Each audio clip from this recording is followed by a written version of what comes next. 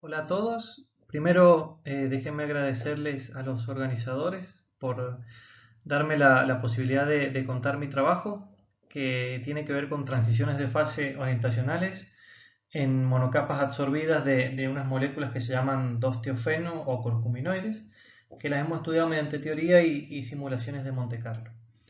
Mi nombre es Gonzalo Dos Santos, actualmente estoy en el grupo CIMAF en la Facultad de Ingeniería en la Universidad de Mendoza, pero también estoy vinculado al INFAP, Instituto de Física Aplicada, en la Universidad Nacional de San Luis, que es en ese contexto donde realizamos este trabajo, junto con nuestros colegas de Chile, Eduardo Cisternas, Marco Flores, Eduardo Cisternas de la Universidad de la Frontera, Marco Flores de la U de Chile y Eugenio Vogel de la Universidad de la Frontera y el CEDENA en Chile, y también con Antonio Ramírez Pastor, nuestro director del INFAP.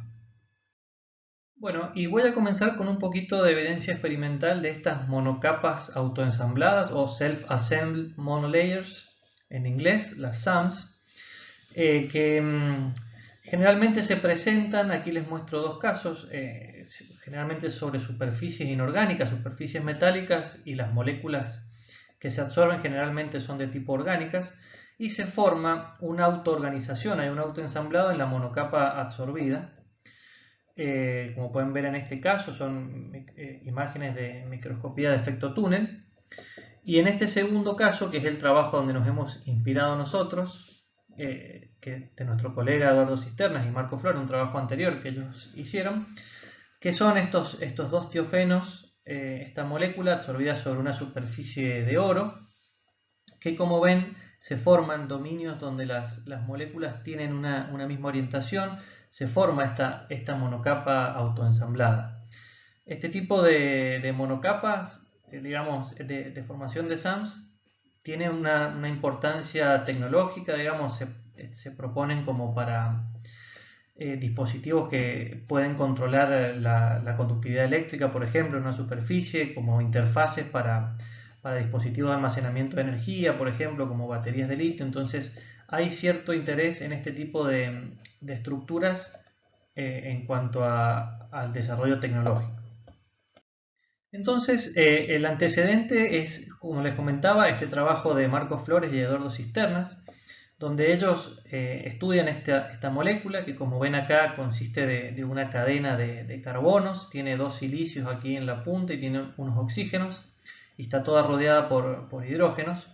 Es una molécula multipolar, por decirlo de alguna manera, y es más bien plana y se absorbe en la superficie de oro de manera plana. Ellos lo que hicieron en ese trabajo fue calcular justamente las energías de absorción y las energías de interacción entre dos moléculas en distintas orientaciones relativas una vez que están absorbidas sobre esta superficie 111 de oro.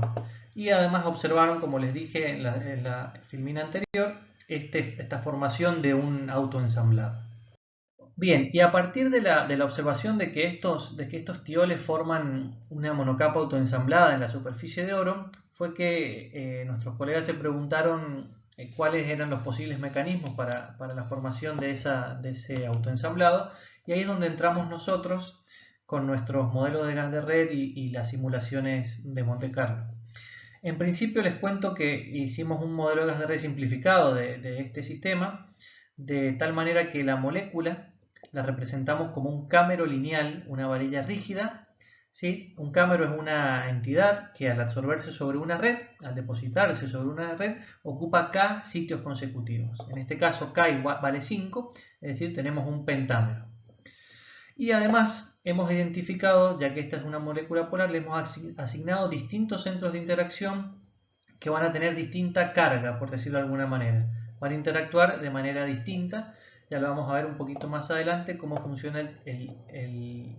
cómo funcionan las interacciones a primeros vecinos que hemos considerado. Bien, y además a la superficie de oro 111 nosotros la modelamos como una red triangular bidimensional de tamaño L por L. ¿Sí? Una red triangular que tiene tres orientaciones equivalentes, ¿sí? Que si ustedes ven se corresponde con esta superficie 111 de oro. Además consideramos Periodic Boundary Conditions, condiciones de borde periódica en todas las direcciones.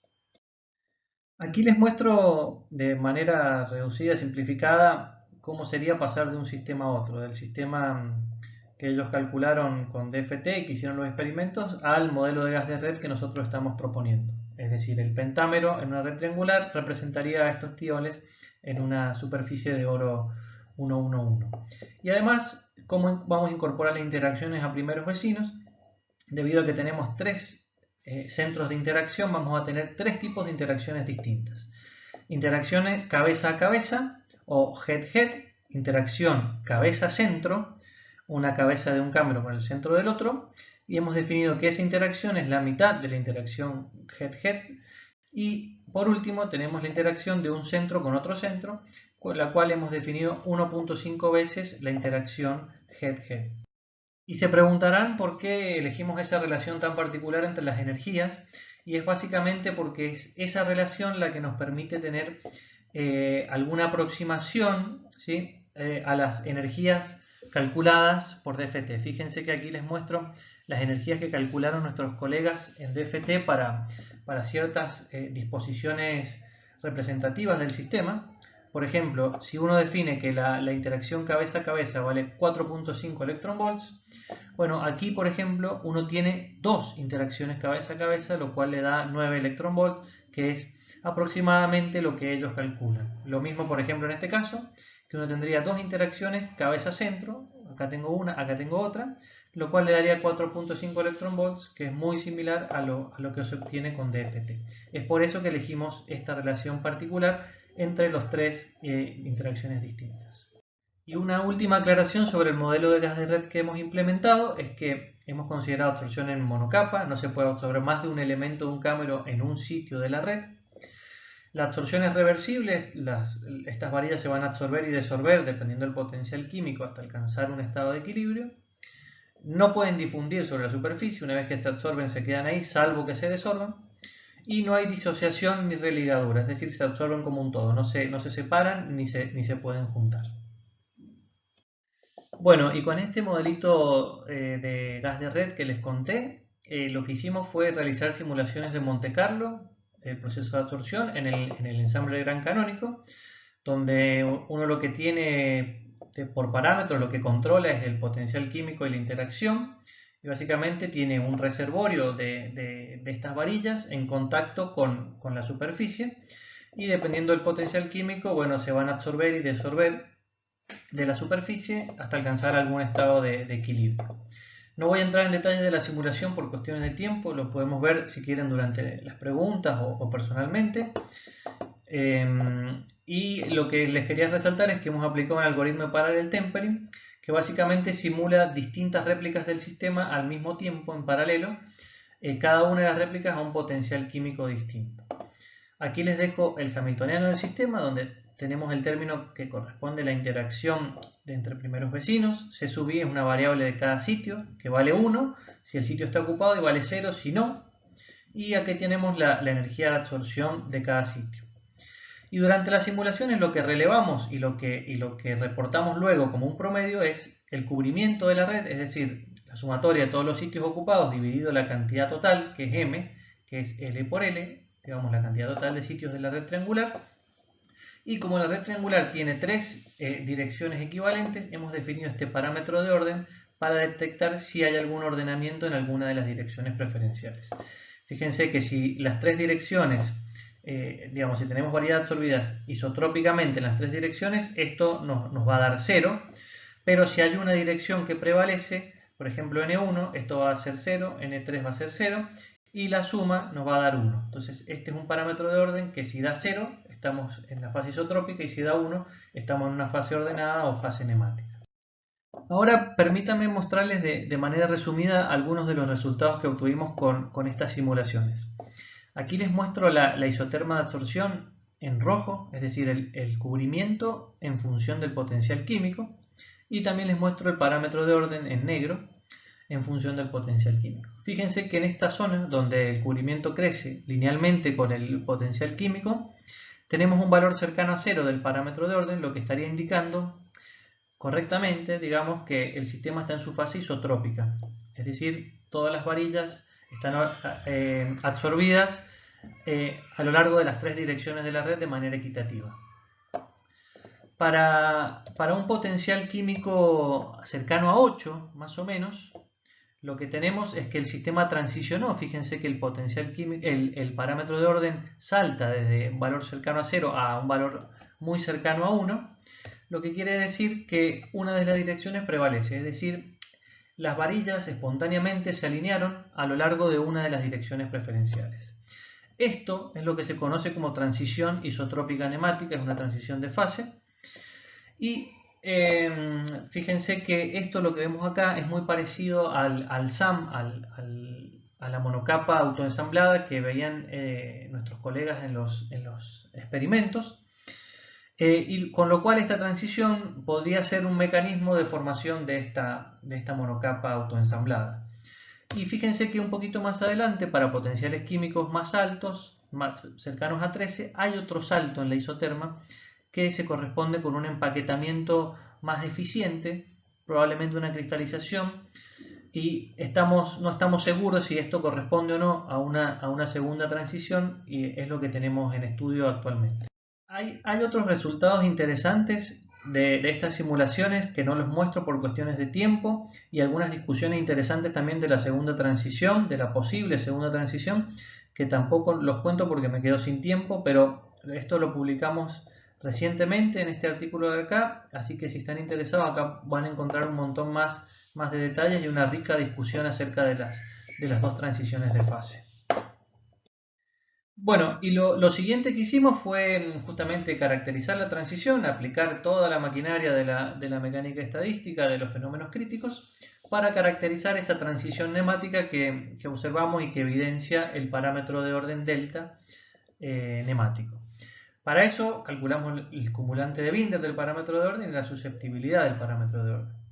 Ustedes saben que si yo grafico el cumulante de Binder para sistemas de distintos tamaños, me debería dar un cruce, y ese cruce me debería dar la temperatura crítica o el cubrimiento crítico de la transición en nuestro caso. Bueno, y a partir de las leyes de escala, ¿sí? Uno sabe que el parámetro de orden se comporta de acuerdo a estos exponentes en función del tamaño, en las cercanías de la temperatura crítica, ¿sí? Como función de la temperatura reducida. En nuestro caso no tenemos temperatura, sino tenemos cubrimiento crítico, ¿sí? Sabemos que se comporta de esta manera, ¿sí? Para sistemas de tamaño infinito, con lo cual, teniendo esas relaciones, uno puede calcular los exponentes críticos. Pero en principio lo primero que les voy a mostrar es el cruce de los cumulantes para sistemas de distintos tamaños. Recuerden que eran redes triangulares de tamaño 50 por 50, 75 por 75 y 100 por 100 sitios, donde vemos un cruce que obtenemos, fíjense aquí, un cubrimiento crítico cercano a 0.792, que es más o menos esta zona de acá, lo cual está bastante bien. Y una vez que tenemos el cubrimiento crítico, uno puede hacer el data collapsing con las relaciones de las leyes de escala. Recuerden que teníamos estas relaciones para el cumulante, para el parámetro de orden y para la susceptibilidad, con lo cual si uno grafica el cumulante de Binder en función de epsilon por L a la 1 sobre nu y grafica sistemas de distintos tamaños, si uno acierta el valor del exponente, todos los datos colapsan sobre una misma curva.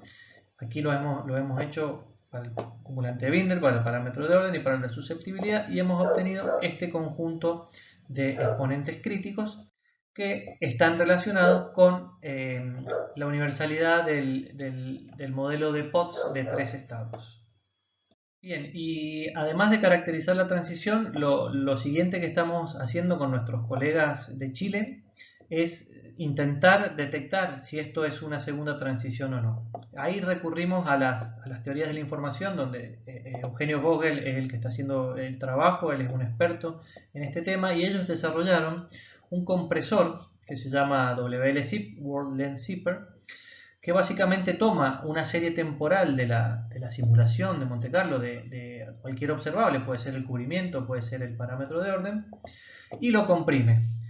y a partir de eso calculan una variable que se conoce como mutabilidad, que es simplemente el peso del archivo comprimido dividido el peso del archivo sin comprimir. Esto en cierta manera mide la cantidad de información contenida en la serie temporal y fíjense, aquí les muestro que la mutabilidad detecta correctamente la transición nemática, es decir, tiene un máximo para la transición nemática, al igual que el parámetro de orden nemático, pero además, si bien el parámetro nemático no detecta nada en esta zona, lo cual es correcto porque no se desarmó la transición nemática, la fase nemática, perdón, la mutabilidad sí detecta un pequeño cambio en esta zona donde vemos la segunda transición. Esto está en estudio y es una de las esperanzas que tenemos.